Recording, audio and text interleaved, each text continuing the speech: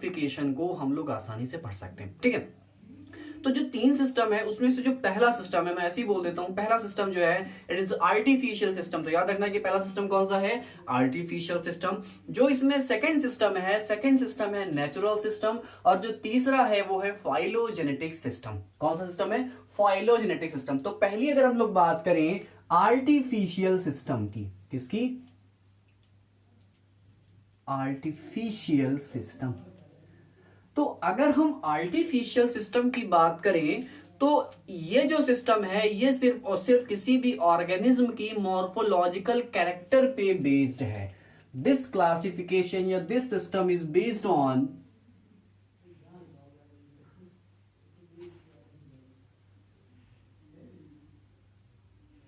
morphological characters of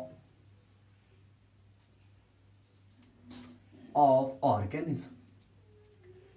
किसी भी organism को उसकी मॉर्फोलॉजी के अकॉर्डिंग क्लासिफाई कर देना कहां पढ़ा जाता है, आर्टिफिशियल सिस्टम में। और इसके दो सिंपल से एग्जांपल हैं, एक लिनियस का क्लासिफिकेशन और दूसरा थियोफेरेस्टस का क्लासिफिकेशन। तो एग्जांपल में सिंपल सी बात बोल देते हैं कि लिनियस का क्लासिफिकेशन हो गया, कहां पर पढ़ेंगे उसको, आर्टिफिशियल सिस्टम में, और साथ साथ में थियोफेरेस्टस का क्लासिफिकेशन। तो ये दो क्लासिफिकेशन हम लोगों ने कहां पढ़ लिए भैया, आर्टिफिशियल सिस्टम में। ठीक है, लेकिन आर्टिफिशियल सिस्टम को खत्म करने से पहले एक बात कहना चाहूंगा कि जो लिनियस का क्लासिफिकेशन था वो स्टेमेन के कैरेक्टर पे बेस्ड था। किसके ऊपर बेस्ड था, ये जो लिनियस का क्लासिफिकेशन है इज बेस्ड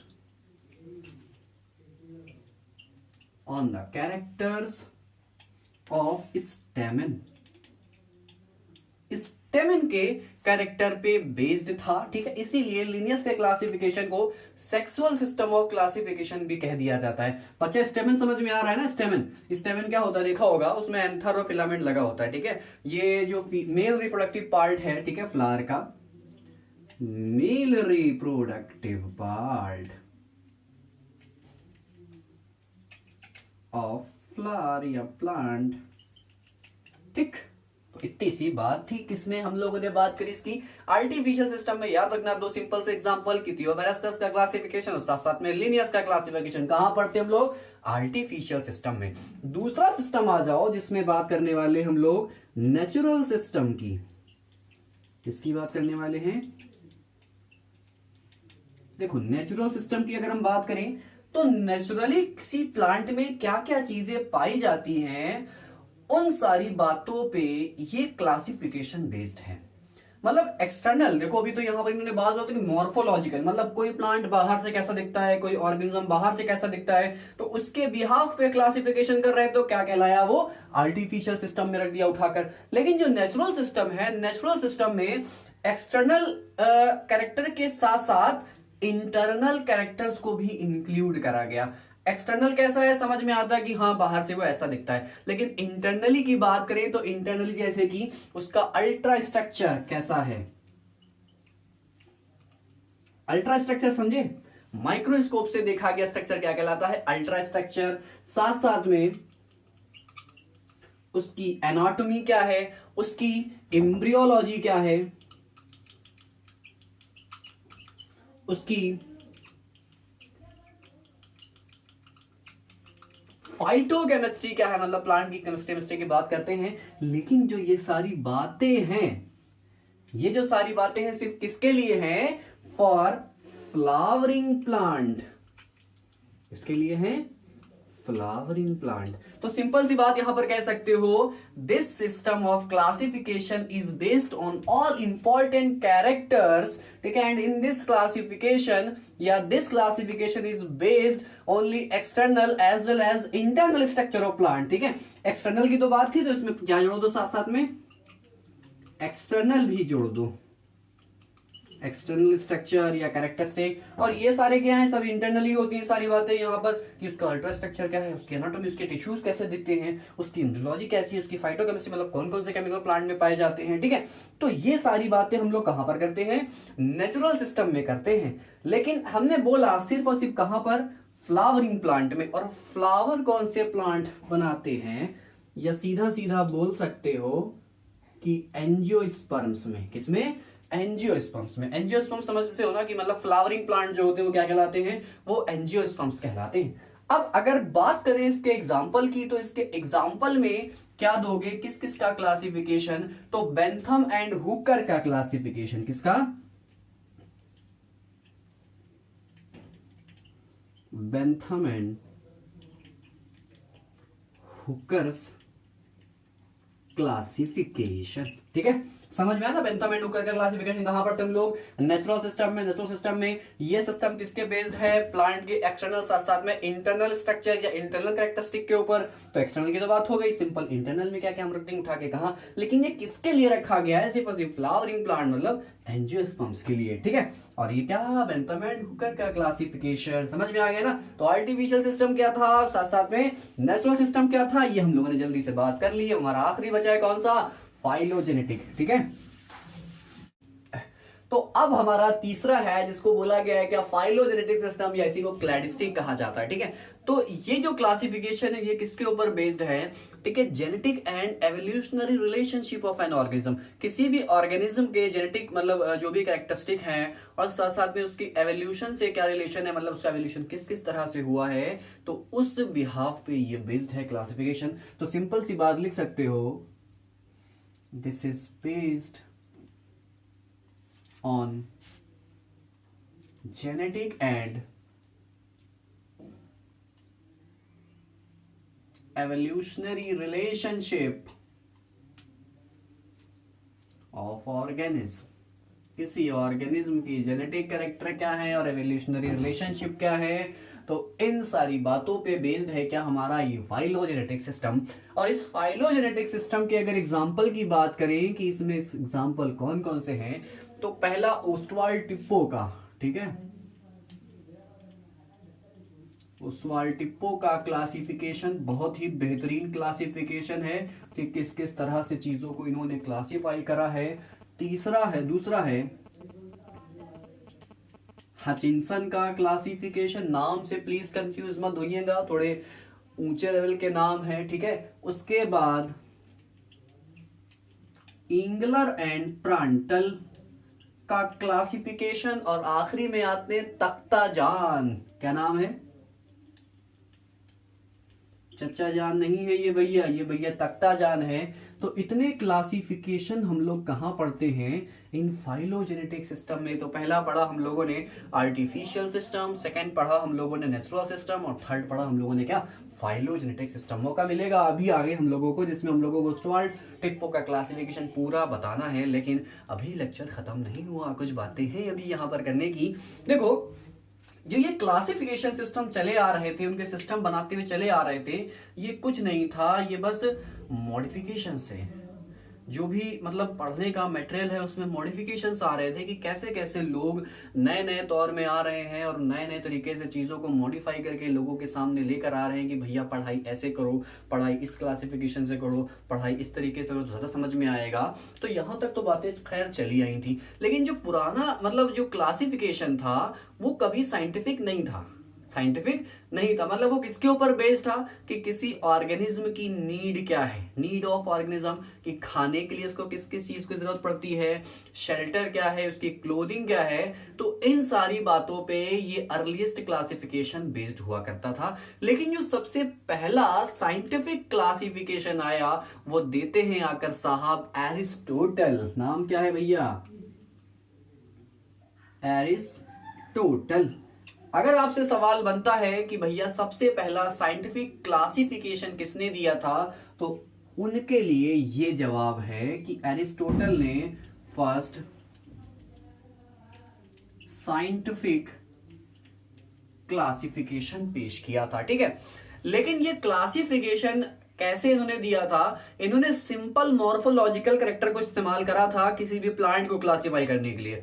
किसी भी प्लांट को क्लासिफाई करने के लिए सिंपल मॉर्फोलॉजिकल मतलब बाहर से दिखने वाले करेक्टर को इस्तेमाल करा था। अब बाहर से दिखने वाले कैसे, कोई प्लांट बहुत छोटा है, कोई प्लांट झाड़ी नुमा है, कुछ प्लांट बड़े हैं, मतलब उनपे मतलब स्टेम जो है काफी वुडी है, तना मोटा है, तो उसके बिहाफ पे इन्होंने प्लांट को क्लासिफाई करा। और प्लांट को जो क्लासिफाई करा उसमें पहली क्लास बनाई हर्ब्स। हर्ब समझते हो ना, इसमें ग्रासेस को रख देते हो आकर। दूसरा है श्रब्स और तीसरा है प्लांट। ठीक, लेकिन मैं बात यहां पर नहीं छोड़ूंगा, एक सवाल बना के छोड़ूंगा यहां पर, जो कि आप लोगों के लिए होमवर्क है कि वर्ल्ड की लार्जेस्ट हर्ब का नाम बताइए, या लॉन्गेस्ट। ठीक है, लॉन्गेस्ट हर्ब कौन सी है? ठीक है, लॉन्गेस्ट हर्ब का नाम, ठीक है, कमेंट सेक्शन में मेंशन जरूर करना जिसको भी पता हो। ठीक है, तो ये अरिस्टोटल का था। देन इसके बाद जब एरिस्टोटल आते हैं तो उसके बाद लिनियस भी झमाक से फान पड़ते हैं, वहां पर कहते हैं भैया मैं भी दूंगा। तो उन्होंने टू किंगडम सिस्टम क्लासिफिकेशन पेश करा सबके सामने। ठीक है, टू किंगडम सिस्टम क्लासिफिकेशन किसका दिया हुआ था? टू किंगडम सिस्टम क्लासिफिकेशन देने वाले थे भैया लिनियस। कौन? लिनियस। तो आप टू किंगडम सिस्टम की बात कर लेते हैं।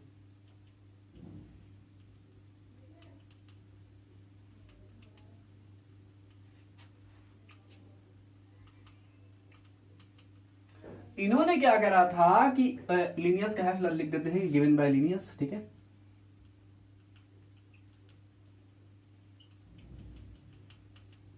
लिनियस। इन्होंने क्या करा था कि जो दो किंगडम बनाए थे उस मतलब काफी ब्रॉड किंगडम बना दिए कि भैया ऐसे ऑर्गेनिज्म जिनके पास सेल वॉल पाई जा रही है, जिनके पास सेल वॉल पाई जा रही है, वो क्या कहला रहे थे? वो कहला रहे थे प्लांट। जिनके पास सेल वॉल मौजूद थी, सेल वॉल प्रेजेंट थी। तो एक किंगडम बना, उस किंगडम को क्या बोला? प्लांटी। क्या बोला? Kingdom Plantae. और प्लांटी में जनरली प्लांट को रखा, मतलब जिनके पास सेल वॉल मौजूद थी। ठीक है, तो ये पहला।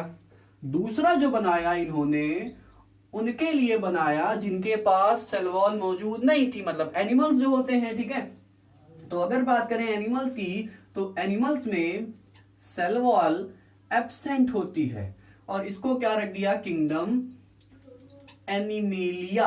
Kingdom animalia. तो दो ब्रॉड किंगडम में उठा के रख देते हैं कि सेल वॉल है, सेल वॉल नहीं है, उसके बिहाफ पे दो किंगडम सिस्टम दे दिया, किंगडम प्लांटी, किंगडम एनिमेलिया की बात होगी वहां पर। लेकिन भैया ये सिस्टम कभी भी डिफरेंशिएट नहीं कर पाता है कि इनमें से प्रोकैरियोट्स कौन है और यूकैरियोट्स क्या है, साथ साथ में यूनिसेलुलर क्या है, मल्टी सेलुलर क्या है। तो ये सिस्टम इस बात को भी नहीं एक्सप्लेन कर पाया। साथ साथ में फोटोसिंथेटिक कौन है, नॉन फोटोसिंथेटिक कौन है।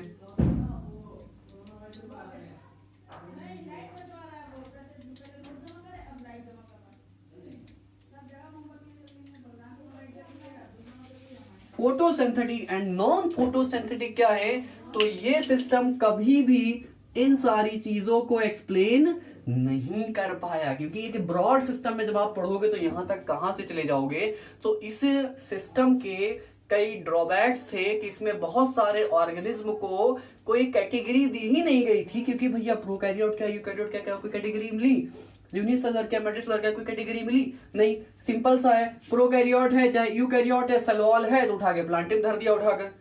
ठीक है, सेल वॉल नहीं है एनिमेलियम रख दिया गया। यूनिसेलुलर है चाहे मल्टीसेलुलर है, कोई मतलब नहीं है, कोई उससे फर्क नहीं पड़ता। अगर सेल वॉल है तो प्लांटी, सेल वॉल नहीं है तो एनिमेलिया। फोटोसिंथेसिस करता है या नहीं करता है? फोटोसिंथेसिस करता है। और अगर सेल वॉल है तो कहां रखा? प्लांटी में। फोटोसिंथेसिस करता है, सेल वॉल नहीं है, तब भी कहां रख दिया उठाकर? एनिमेलिया में। तो ये सारी बातें कभी भी आएंगी नहीं, मतलब इस तरह के ऑर्गेनिज्म जो होंगे उनको कोई कैटेगरी नहीं मिलेगी। तो ये क्या था इन लिनियस का two kingdom system of classification के ड्रॉबैक से, कि इस तरह के या कई ऑर्गेनिज्म को कोई उनकी जगह मिली ही नहीं थी। देन भैया इतनी सारी बातें जब हो गई तो उसके बाद किसी की नींद खुलती है। नींद खुलती है कब?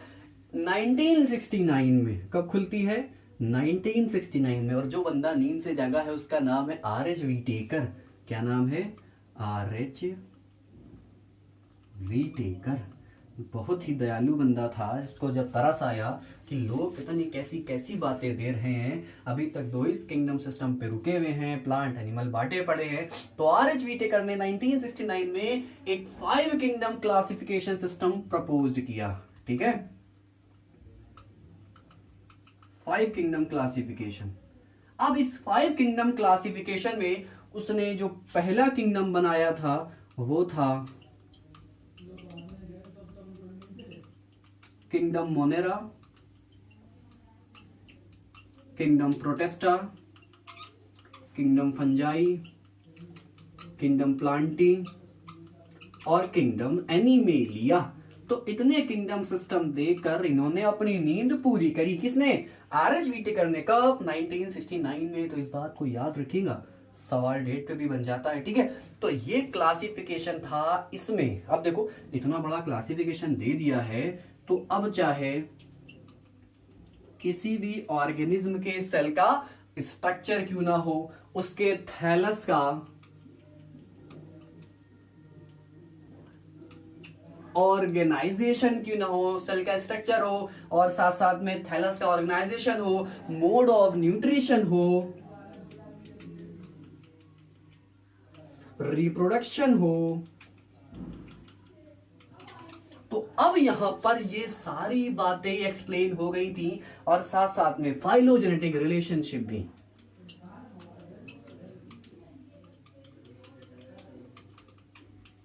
तो इतनी बातें कहने के बाद भैया साहब की नींद पूरी होती है और ये हमारा आर.एच. व्हिटेकर का दिया हुआ 5 किंगडम सिस्टम क्लासिफिकेशन है, जिसकी बात हम लोग आगे चल के करेंगे। लेकिन उससे पहले कुछ बातें बाकी हैं जिसमें हम लोगों को बात करनी है टैक्सोनॉमिक कैटेगरी के बारे में। इसके बारे में टैक्सोनॉमिक कैटेगरी। तो टैक्सोनॉमिक कैटेगरी की बात जो है वो अभी तो नहीं होगी, वो होगी कब?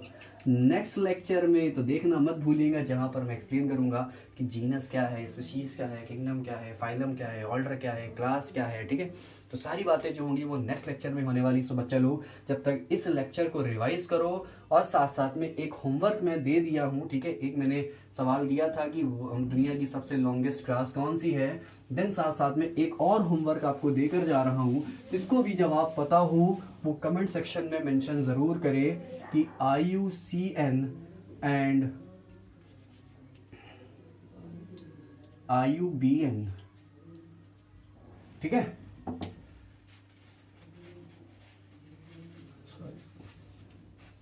IUZN एंड IUBN क्या फुल फॉर्म क्या है? ठीक है, फुल फॉर्म पूछा गया है, इसीलिए भैया मैं यहाँ पर होमवर्क देकर जा रहा हूँ। जिसको भी पता है कमेंट सेक्शन में मेंशन जरूर करना। और जो भी हमारे इस लेक्चर को फर्स्ट टाइम देख रहा है भैया जल्दी से सब्सक्राइब कर लो, ताकि टाइम टू टाइम नोटिफिकेशन आपको मिलती रहे। मिलेंगे हम लोग अपने नेक्स्ट लेक्चर में। Till then bye bye.